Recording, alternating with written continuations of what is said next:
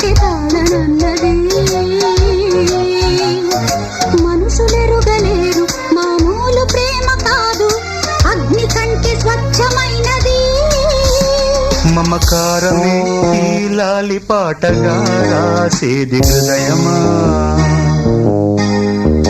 ఉమాదేవిగా శివుని అర్ధభాగమైనాలోన నిలువుమా. శుభల